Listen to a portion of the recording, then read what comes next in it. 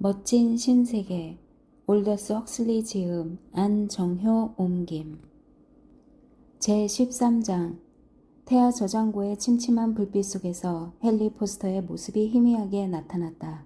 오늘 저녁에 촉감영화 보러 가겠어요? 레니나는 대답을 하는 대신 머리만 흔들었다. 다른 사람하고 나가기로 했나요? 그는 그의 친구들 가운데 누가 누구와 관계하는지에 대해서 관심이 많았다. 베니토인가요? 그가 물었다.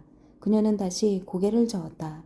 헨리는 그녀의 자줏빛 두 눈에 깃든 피곤함과 번들거리는 결핵성 피부 밑에 창백함과 미소를 짓지 않는 진홍빛 입가에서 슬픔을 보았다.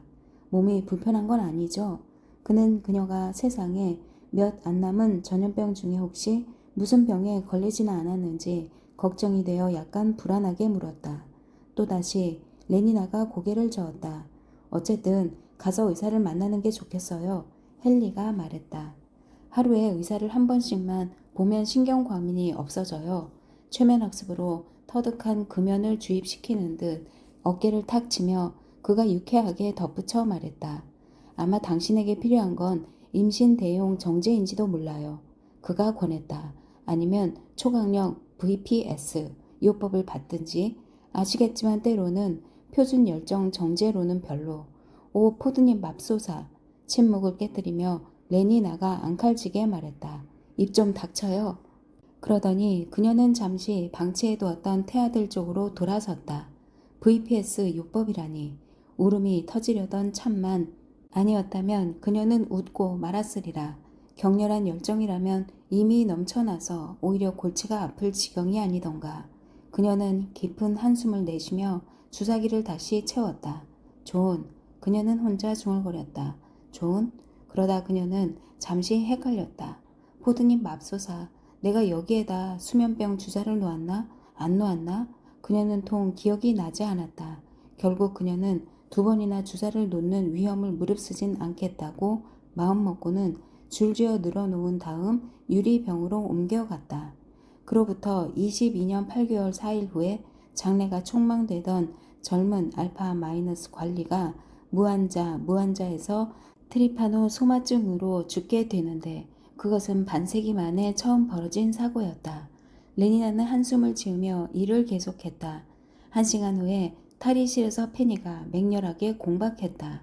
하지만 자신이 이런 상태에 빠지도록 그냥 내버려 둔다는 건 말도 안 돼요. 말도 안 된다고요. 그녀가 되풀이해서 말했다. 게다가 그 이유는 또 뭔가요? 한 남자 때문이잖아요. 하지만 난 바로 그 한 남자를 원한단 말이에요. 세상에는 다른 남자들이 수백만 명이나 있다고요. 하지만 난 다른 남자들은 원하지 않아요.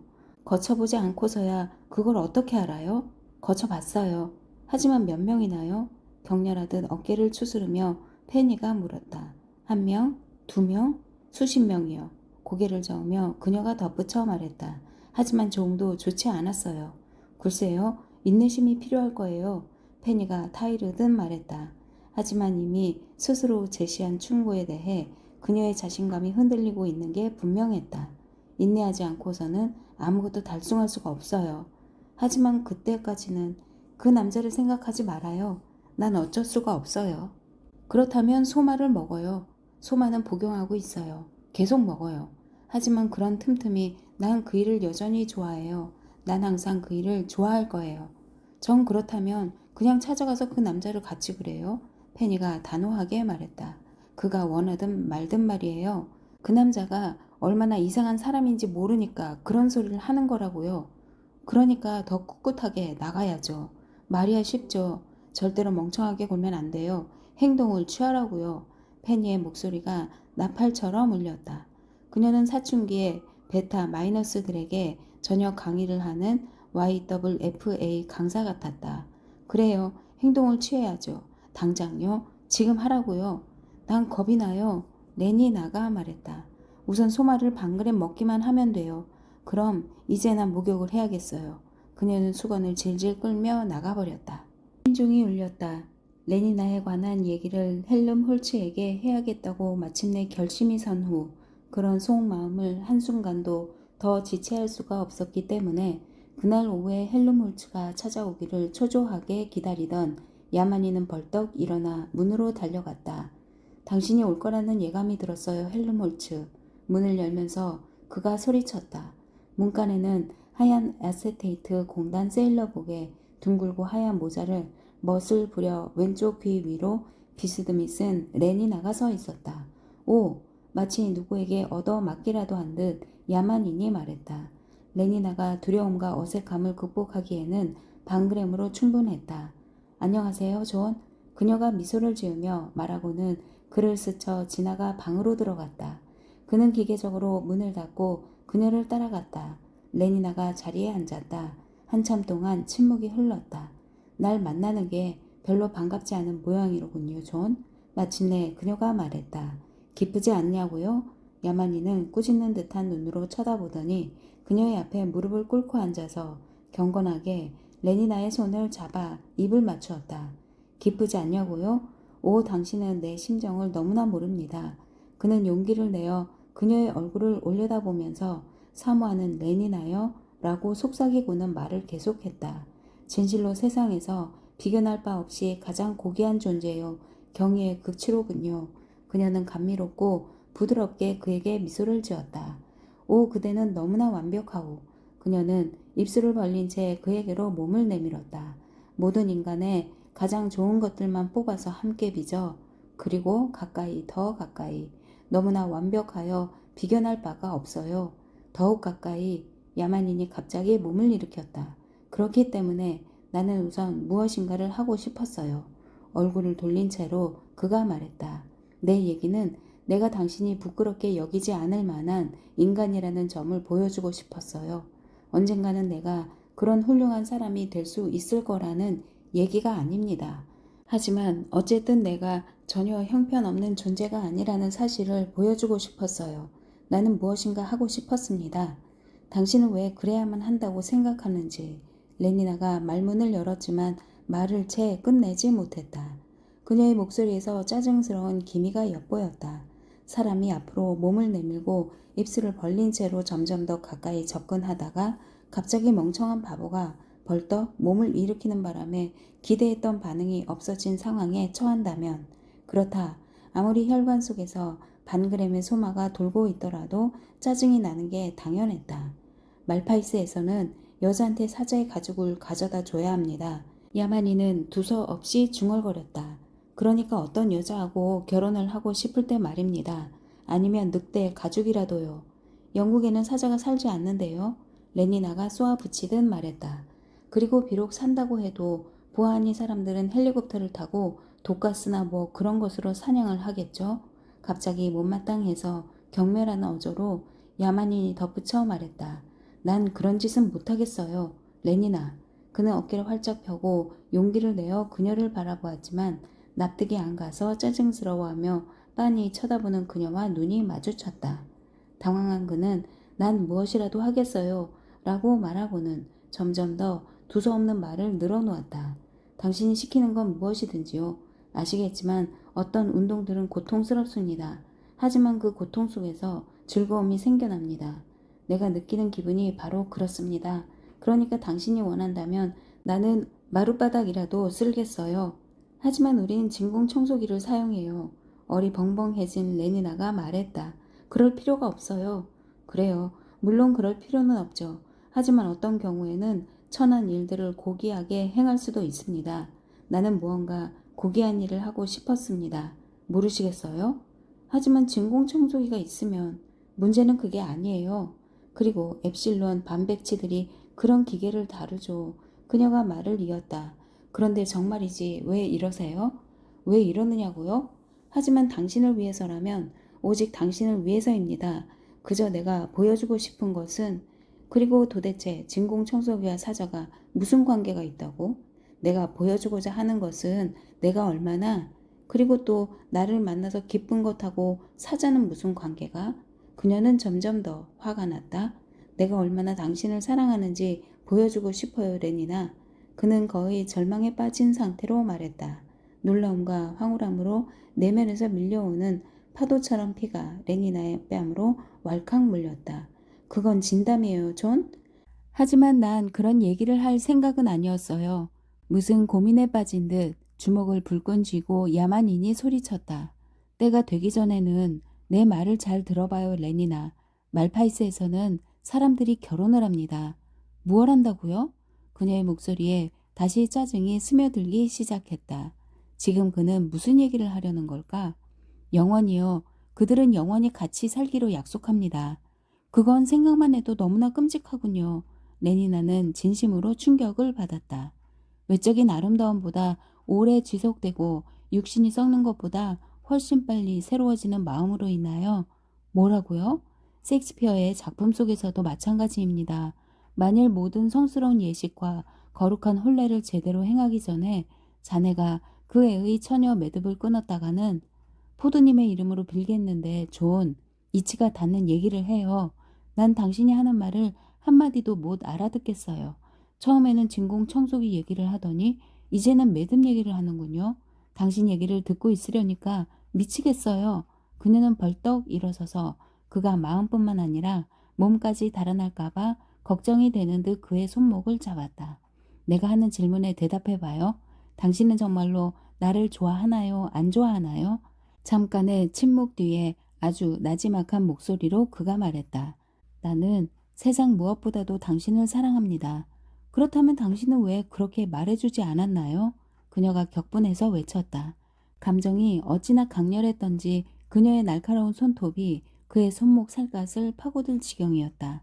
매듭이니 진공청소기니 사자니 해가면서 허튼 소리를 늘어놓고 몇 주일씩이나 내 마음을 비참하게 만들어 놓는 대신에 말이에요. 그녀는 화가 난 듯 그의 손을 뿌리쳐버렸다. 만일 내가 당신을 그토록 좋아하지만 않았다면 난 당신한테 화를 냈을 거예요. 그녀가 말했다. 그러고는 갑자기 그녀가 두 팔로 그의 목을 감았다. 그는 입술에 부드럽게 닿는 그녀의 입술을 느꼈다. 너무나 감미로우면서 부드럽고 너무나 따스하고 짜릿해서 그는 자기도 모르게 헬리콥터에서 보낸 3주일의 포옹이 머리에 떠올랐다. 오우, 오우. 입체, 시각적인 금발 여인의 모습과 실제보다도 더 실감났던 아프리카 흑인.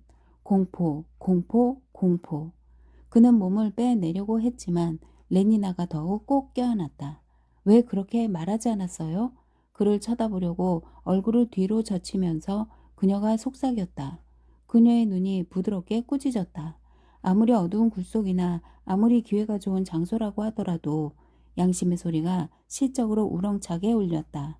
인간의 사악한 본성이 아무리 강렬히 유혹할지라도 욕정으로 내 명예를 녹이지는 못할지니 절대로 절대로 그는 결심했다. 한심한 사람 같으니라고 그녀가 말했다. 난 당신을 너무나 원했어요. 그리고 당신도 역시 나를 원했다면 왜 그러지 않았나요? 하지만 레니나 그가 이 의의를 제기하려는데 그녀가 두 팔을 풀고는 그에게서 물러났다. 그는 레니나가 무엇의 암시를 눈치챈 모양이라고 생각했다.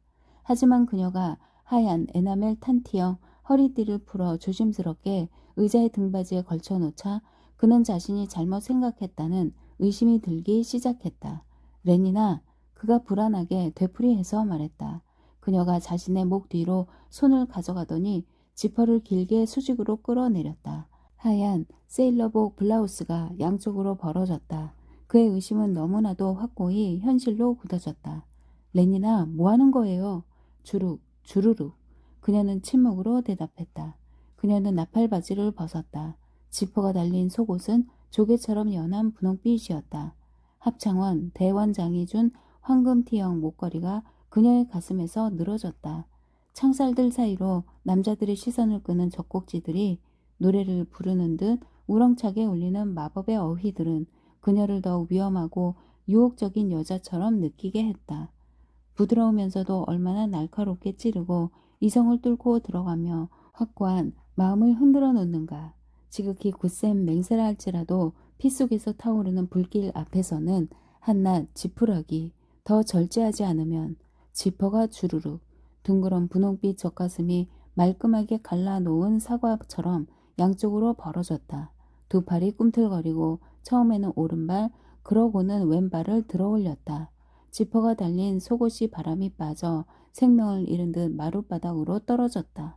하얗고 동그란 모자를 멋을 부려 비스듬히 쓰고 구두와 양말을 그대로 신은 채 그녀가 그에게로 다가갔다. 나의 사랑, 나의 사랑. 진작 그런 얘기를 해 주었다면 얼마나 좋았겠어요? 그녀가 두 팔을 내밀었다. 하지만 야만이는 덩달아 나의 사랑을 부르면서 마주 두 팔을 내미는 대신에 공포에 질려 뒤로 물러나며 마치 무슨 위험한 동물이 들어오지 못하도록 겁을 주어 쫓아버리려는 듯 그녀에게 손을 휘저었다. 내 발자국 뒤로 물러선 그는 벽에 박혀 꼼짝도 못하게 되었다. 사랑하는 당신. 레니나가 그의 어깨에 손을 얹더니 몸을 밀착시켜 왔다.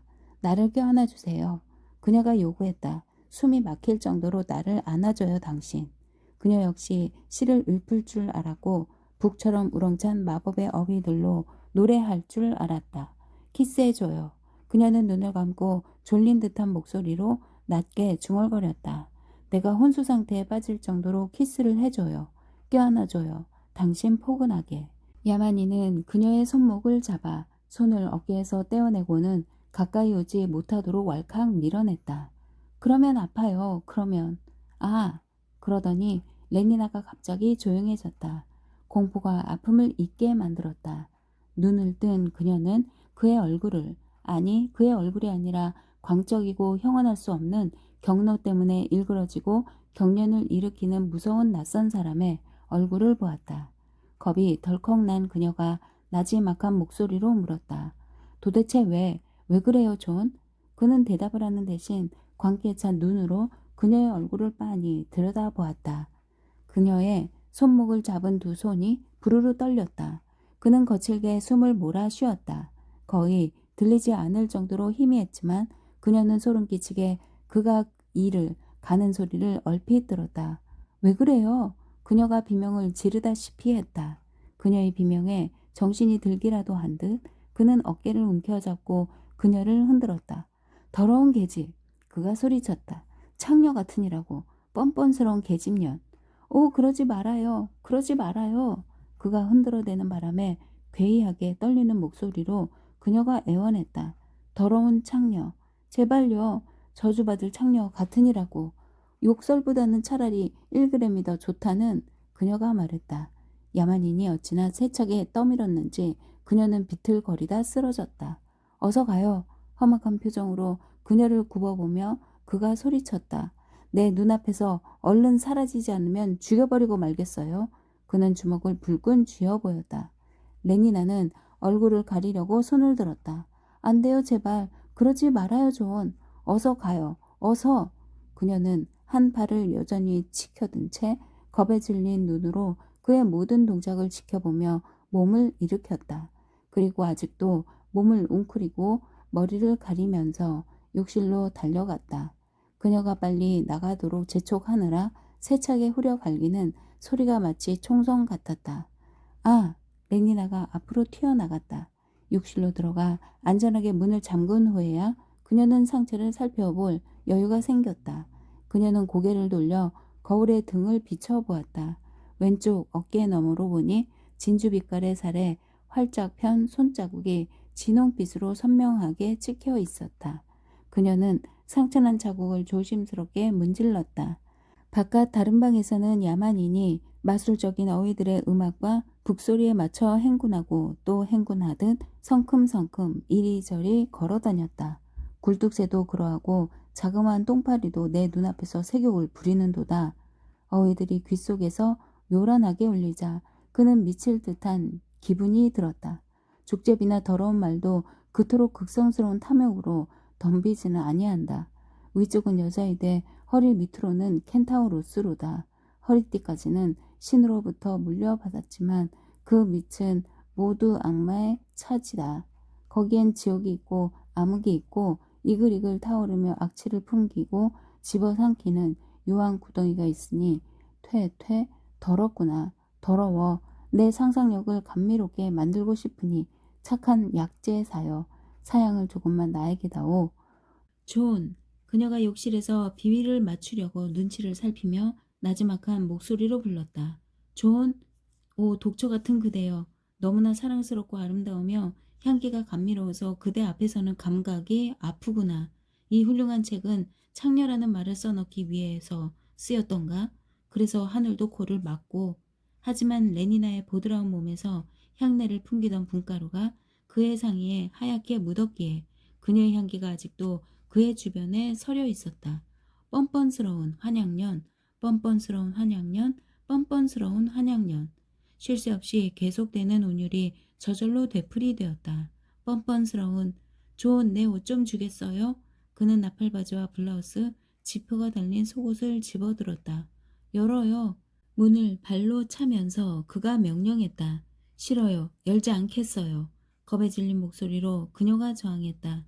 그럼 이걸 어떻게 당신한테 건네주죠? 문 위에 있는 통풍구로 밀어 넣으세요. 그녀가 가르쳐준 대로 하고는 다시금 불안하게 방 안에서 서성거렸다.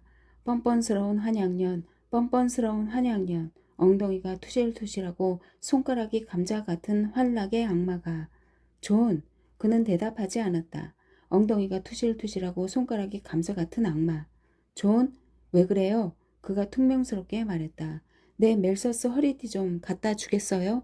레니나는 자리에 앉아 다른 방에서 나는 발소리에 귀를 기울이며 그가 얼마나 오랫동안 저렇게 서성거릴지, 그가 아파트에서 나갈 때까지 기다려야 할지, 아니면 그의 광증이 가라앉도록 기다린 다음에 욕실 문을 열고 얼른 달려가서 허리띠를 집어도 될지 궁금했다. 그녀의 불안한 추측들은 다른 방에서 울리는 전화소리 때문에 중단되었다. 서성거리던 발소리가 갑자기 그쳤다. 대화를 나누는 야만인의 목소리가 들렸다. 여보세요? 네. 바로 전데요. 네. 제가 하는 말 못 들었어요? 제가 야만인이라고요. 뭐라고요? 누가 아프다고요? 그야 물론 관심이 있죠. 하지만 심한가요? 정말로 상태가 나쁘냔 말이에요. 그렇다면 당장 가겠습니다. 지금은 방에 있지 않다고요? 어디로 갔나요? 오 하느님 맙소사. 주소가 어떻게 되죠? 파크레인 거리 3번지. 그게 주소인가요? 3번지요? 감사합니다. 레니나는 수화기를 놓는 딸깍 소리와 황급히 달려나가는 발소리를 들었다. 문이 쾅 닫히고 침묵이 흘렀다. 그가 정말로 나갔을까? 그녀는 조심스럽게 문을 빠끔히 열어 내다보고는 방에 아무도 없다는 사실을 깨닫자 용기를 얻어 문을 조금 더 연 다음에 머리를 완전히 바깥으로 내밀었다. 그리고 발돋움을 한 채 방으로 들어가서 심하게 두근거리는 가슴으로 몇 초 동안 가만히 서서 귀를 기울이다가 암원으로 달려가 살그머니 빠져나온 뒤 문을 쾅 닫고 도망쳤다. 승강기를 타고 밑으로 내려갈 때가 되어서야 그녀는 마음이 놓였다. 14장 임종을 앞둔 사람들을 위한 파크레인 병원은 앵초꽃 빛깔 타일로 장식한 60층짜리 고층 빌딩이었다. 야만인이 헬리콥터에서 내리자 알록달록한 영구 비행기들이 무리를 이루어 윙윙거리며 옥상에서 떠오르더니 공원을 가로질러 슬라우 화장터를 향해 서쪽으로 날아갔다. 승강기 입구에서 우두머리 짐꾼이 그에게 필요한 안내를 해주었고 그는 급성 노쇠 병동이라고 짐꾼이 설명한 17층에 81병동으로 내려갔다. 햇빛이 잘 들고 노란 페인트 칠을 한 방은 환하고 널찍했으며 20개의 병상은 모두 자리가 차 있었다. 린다는 편리하고 현대적인 온갖 시설에 둘러싸여 여러 동반자들과 더불어 죽음을 맞는 과정을 거치는 중이었다. 유쾌한 합성 음악의 선율을 타고 끊임없이 생동하는 분위기가 이어졌다. 침대 발치마다 텔레비전이 죽어가는 환자와 마주보고 놓여 있었다. 텔레비전은 아침부터 밤까지 계속해서 틀어두었다. 방 안을 가득 채우는 향기가 15분마다 한 번씩 자동적으로 순환됐다. 우리들은 노력하고 있습니다. 야만인을 담당할 간호사가 문간에서 그를 맞으며 설명했다. 제 말을 이해하실지 모르겠습니다만 인류 호텔과 촉감 영화 극장의 중간쯤이라고나 할까요? 우리들은 이곳에서 철저히 상쾌한 분위기를 유지하려고 노력하죠. 어디 계신가요? 공손한 설명을 무시하며 야만인이 물었다. 간호사는 기분이 상한 눈치였다. 급하기도 하시군요. 그녀가 말했다. 희망이 조금이라도 있나요? 그가 물었다. 죽지 않을 가능성을 말하는 건가요? 그가 머리를 끄덕였다. 아니요, 물론 희망이 없습니다. 일단 이곳에 들어온 사람이라면 아무도.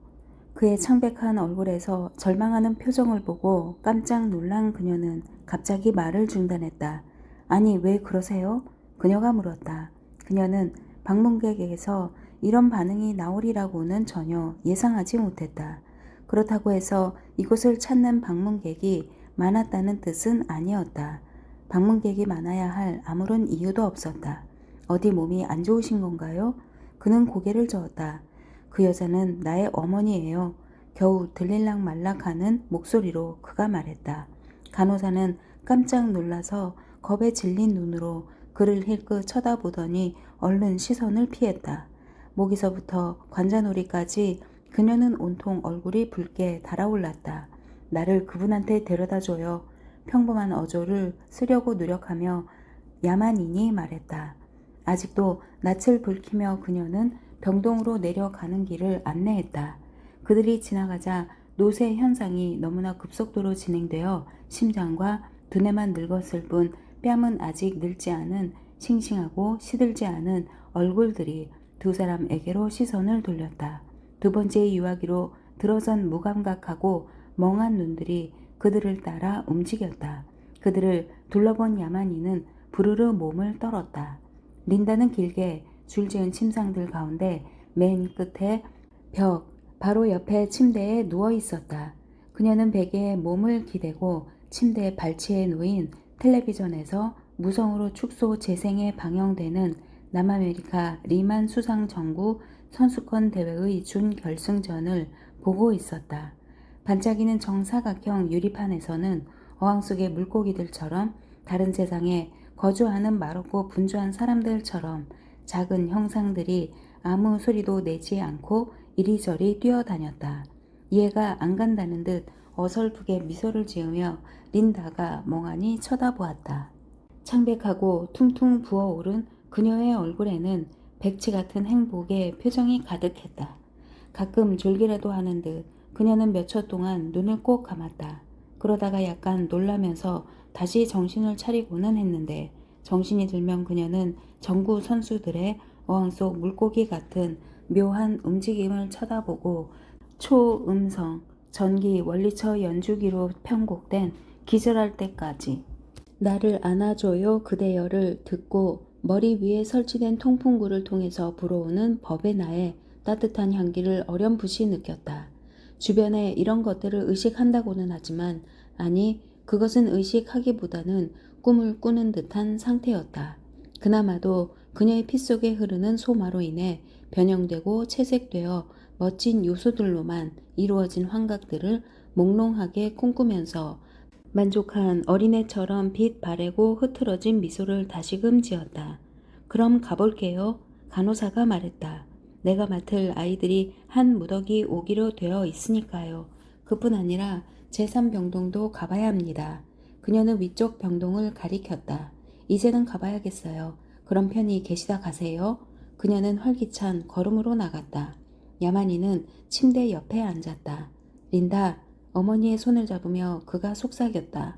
자신의 이름을 부르는 소리를 듣고 그녀가 시선을 돌렸다. 그를 알아보자 그녀의 몽롱한 눈이 밝아졌다.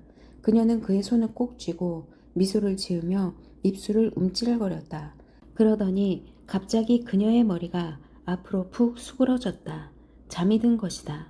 그는 그녀를 쳐다보고 앉아서 말파이스에서 보낸 어린 시절에 그를 굽어보던 젊고 밝은 얼굴을 찾으려고 지쳐 빠진 몸뚱이에서 그 얼굴을 찾으려고 살펴보았다.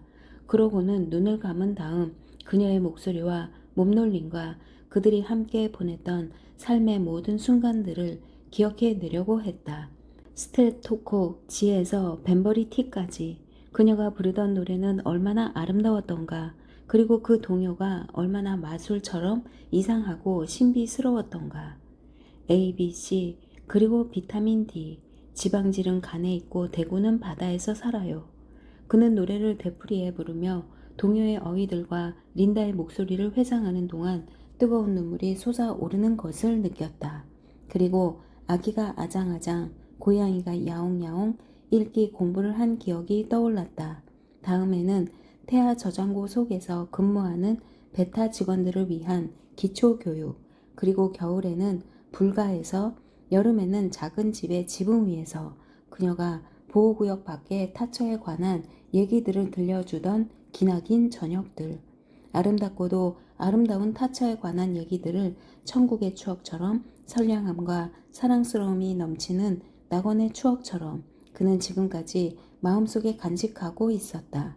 그것은 진짜 런던의 현실과 문명화한 남자들과 여자들과의 접촉에도 불구하고 더럽혀지지 않은 채 완전하고 깨끗하게 고스란히 남아 있었다.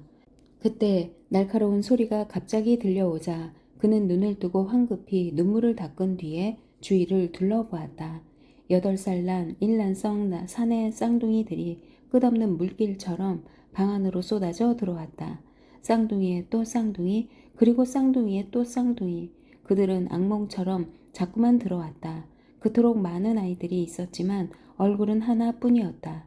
반복되기만 하는 그들의 얼굴, 하나같이 콧구멍과 휘둥그레진 눈만이 두드러진 그들의 얼굴이 흉측한 표정으로 빤히 그를 쳐다보았다.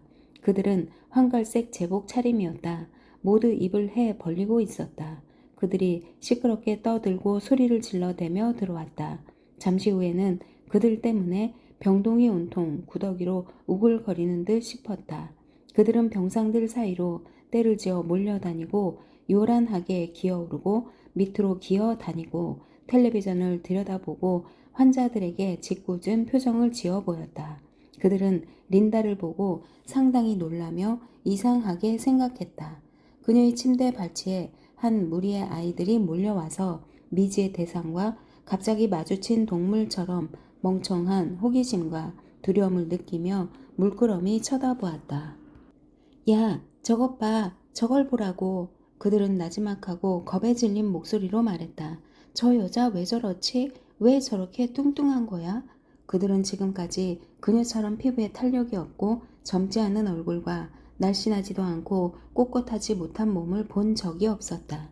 이곳에서 죽음을 맞는 모든 60대 여자들은 어린 소녀 같은 모습이었다. 그와는 대조적으로 린다는 불과 44살에 살이 축 늘어지고 일그러진 늙은 괴물이 되어 있었다. 저 여자 흉측하지 않니? 속삭이는 말들이 들려왔다. 저 여자의 이 좀 보라고. 갑자기 침대 밑에서 원숭이를 닮은 쌍둥이 한 명이 존이 앉아있는 의자와 벽 사이로 불쑥 튀어나와 린다의 잠든 얼굴을 살펴보기 시작했다. 세상에 이건. 아이가 얘기를 꺼내려고 했지만 미처 말을 끝내기도 전에 비명을 지르고 말았다. 야만인이 그의 옷깃을 움켜잡고 의자 위로 번쩍 들어올려 귀를 냅다 후려갈기자 아이가 소리를 지르며 도망쳤다. 비명을 듣고 수 간호사가 도와주려고 달려왔다. 저희한테 어떻게 하셨어요? 그녀가 험악하게 물었다. 애들을 때리면 안 된다고요. 좋아요. 그렇다면 아이들이 이 침상에 가까이 오지 못하게 하세요. 야만인의 목소리가 분노로 떨렸다. 도대체 더럽고 어린 녀석들이 여기서 뭘 하는 건가요? 이건 불경스러운 짓이에요. 불경스럽다고요? 왜 그런 소리를 하세요? 아이들은 죽음에 대한 길들이기를 받는 중이라고요. 그녀는 사나운 어조로 그에게 경고했다. 그리고 만일 아이들의 길들이기에 당신이 조금이라도 방해를 한다면 직원들을 불러서 당신을 쫓아내겠어요. 야만이는 몸을 일으키더니 두어 발자국 그녀에게로 다가섰다. 얼굴에 드러난 그의 표정과 행동이 어찌나 위협적이었는지 간호사는 공포에 질려 뒤로 물러섰다. 그는 자제하느라 무척 애를 먹으며 아무 말도 하지 않고 몸을 돌려 다시 침대 옆에 앉았다. 난 경고했어요. 수 간호사는 안심이 되기는 했지만 약간 자신 없고 불안한 위험을 겨우 보이며 말했다. 그러니까 조심하세요. 그러더니 그녀는 호기심이 지나치게 많은 쌍둥이들을 데리고 방의 한쪽 끝으로 가서 다른 간호사가 버려놓은 지퍼찾기 놀이에 어울리게 했다. 아이들은 나한테 맡기고 가서 카페인 용액이나 한 잔 들어요. 그녀가 다른 간호사에게 말했다. 수 간호사로서의 권위를 잠깐 행사하고 나자 그녀는 자신감을 되찾았고 기분이 훨씬 좋아졌다. 자 얘들아, 그녀가 소리쳤다. 린다가 불안하게 몸을 움직이더니 잠깐 눈을 뜨고는 멍하니 주위를 둘러본 후에 다시금 잠이 들었다. 야만이는 그녀의 곁에 서서 몇 분 전에 그가 느꼈던 기분을 되살려 보려고 무척 애를 썼다. ABC 그리고 비타민 D. 그는 동요의 어휘들이 죽어버린 과거에 다시 생명을 불어넣는 마력을 지니기라도 한 듯 속으로 되풀이해서 읊었다. 하지만 마력은 효과가 없었다. 아름다운 추억들은 다시 솟아오르기를 고집스럽게 거부했고 질투와 추악함과 비참한 불행만이 가증스럽게 되살아났다. 어깨에 찔린 상처에서 피를 뚝뚝 흘리던 포페, 흉측한 모습으로 잠든 린다와 침대 옆에 엎질러진 메스칼주, 주변에서 윙윙거리던 파리떼, 그리고 그녀가 지나갈 때면 그토록 놀려대던 사내 아이들. 아, 아니다, 아니다. 그는 눈을 감고 이런 기억들을 떨쳐버리려고 세차게 고개를 저었다. ABC, 그리고 비타민 D. 그는 어머니의 무릎에 앉아 있으면 그녀가 두 팔로 안아주고 잠이 들도록 흔들고 또 흔들면서 거듭거듭 노래를 부르던 시절을 떠올려 보려고 했다. ABC, 그리고 비타민 D, 비타민 D, 비타민 D. 초음성, 전기 오르간은 흐느껴 우는 듯 점점 고음으로 올라갔고 갑자기 향기 순환 장치 속에서 법에나 냄새가 짙은 차조기 향기로 바뀌었다. 린다가 몸을 꿈틀거리더니 잠에서 깨어 어리벙벙한 표정으로 몇 초 동안 정구 준결승 선수들을 멀거니 쳐다보았다. 그러고는 얼굴을 들고 새로운 향기를 한두 차례 킁킁거리고 맞더니 갑자기 미소를 지었다. 그것은 황홀감에 빠진 어린애의 미소였다. 포페, 그녀가 중얼거리고는 눈을 감았다. 오, 난 그게 너무나 좋아요. 난 정말로 그것이. 그녀는 한숨을 짓고 다시 베개 위로 축 늘어졌다. 날 봐요, 린다. 야만인이 애원하듯 말했다. 내가 누구인지 모르겠어요. 그는 너무나 열심히 노력했고 최선을 다했다. 그런데 왜 그녀는 그가 있도록 그냥 놓아주지 않는가? 그는 미천하고 가증스러운 기억들에서 이런 추악한 쾌락의 꿈에서 어머니가 돌아오도록 다시금 현실로 소름 끼치고 끔찍한 현실로 돌아오도록 두려움을 느끼게 만드는 절박함이 있기 때문에 더욱 숭고하고 고귀하고 한없이 소중한 세계로 돌아오도록 하려고 강제로 끌어내기라도 하려는 듯 그녀의 힘없는 손을 난폭할 정도로 움켜잡았다. 나를 모르겠어요, 린다.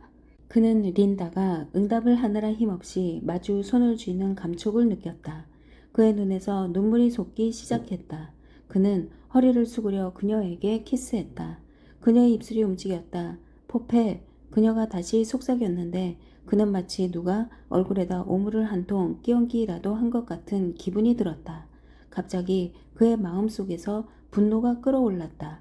두 번씩이나 거부를 당한 터라 그의 격렬한 슬픔은 다른 돌파구를 찾아내기 위해 고뇌에 찬 강렬한 경노의 감정으로 바뀌었다. 하지만 나는 존이에요. 그가 소리쳤다. 나는 존이라고요. 비참하고 격분한 나머지 그는 그녀의 어깨를 움켜잡고 마구 흔들었다. 린다는 파르르 떨며 눈을 떴다. 그녀는 그를 보고 존이로구나. 누구인지 알았지만 현실의 얼굴을 난폭한 현실의 두 손을 상상의 세계 속으로 이동시켜서 차조기 향기와 초음성 전기 오르간의 내적이고도 은밀하고 유사한 요소들 속으로 그녀의 꿈속 세계를 형성하는 뒤틀린 기억들과 이상하게 변형된 감각들 속으로 옮겨 놓았다.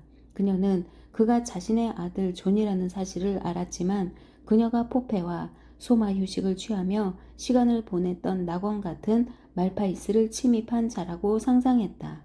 그는 그녀가 포페를 좋아했기 때문에 화가 났고 포페가 잠자리에 그녀와 함께 있었기 때문에 마치 그것이 무슨 잘못이기라도 한 것처럼 마치 모든 개화된 사람들과 똑같은 행동을 하는 것이 무슨 죄라도 되는 것처럼 그녀를 흔들어 댔던 것이다. 모든 사람은 다른 모든 사람의 소유이다. 그녀의 목소리가 갑자기 숨을 몰아쉬며 꼬르륵 거리는 소리처럼 거의 들리지 않을 정도로 낮아졌다. 그녀가 입을 벌려 폐에 공기를 채우려고 결사적으로 애를 썼다. 하지만 그녀는 호흡하는 방법을 잊어버린 것 같았다. 그녀는 소리를 지르려고 했지만 아무 소리도 나지 않았고 멍하니 쳐다보는 눈에 나타난 공포만이 그녀가 어떤 고통을 받는지 보여주었다. 그녀의 두 손이 목으로 올라갔다. 그러더니 더 이상 호흡할 수 없는 공기를, 그녀에게는 존재하지 않는 공기를 움켜잡으려 허우적거렸다. 야만인이 몸을 일으켜 그녀를 굽어보았다. 왜 그래요, 린다? 왜 그러세요? 안심을 시켜달라고 부탁하듯 애원하는 목소리였다. 그를 쳐다보는 그녀의 눈은 말로 형언할 수 없는 공포를, 그가 보기에는 공포뿐만 아니라 비난을 잔뜩 머금고 있었다.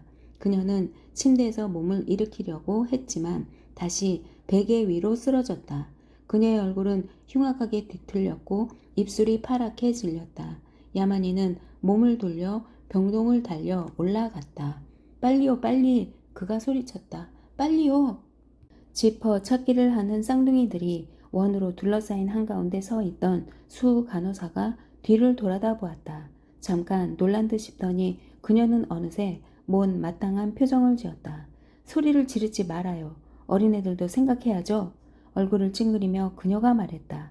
이러다가는 당신 때문에 길들이기가 헛수고로. 아니 이게 무슨 짓이에요? 그가 빙 둘러선 아이들의 벽을 뚫고 들어왔다. 조심해요. 어느 아이가 소리를 질렀다. 빨리요, 빨리! 그가 간호사의 소매를 잡아 끌었다. 빨리요, 뭔가 잘못되었어요. 내가 죽였나 봐요. 그들이 병동의 끝으로 되돌아갔을 때쯤에는 이미 린다가 숨을 거둔 다음이었다. 야만이는 얼어붙은 듯 침묵을 지키며 잠시 가만히 서 있더니 침대 옆에 무릎을 꿇고 앉아 두 손으로 얼굴을 가리고는 주체할 수 없을 정도로 흐느껴 울었다.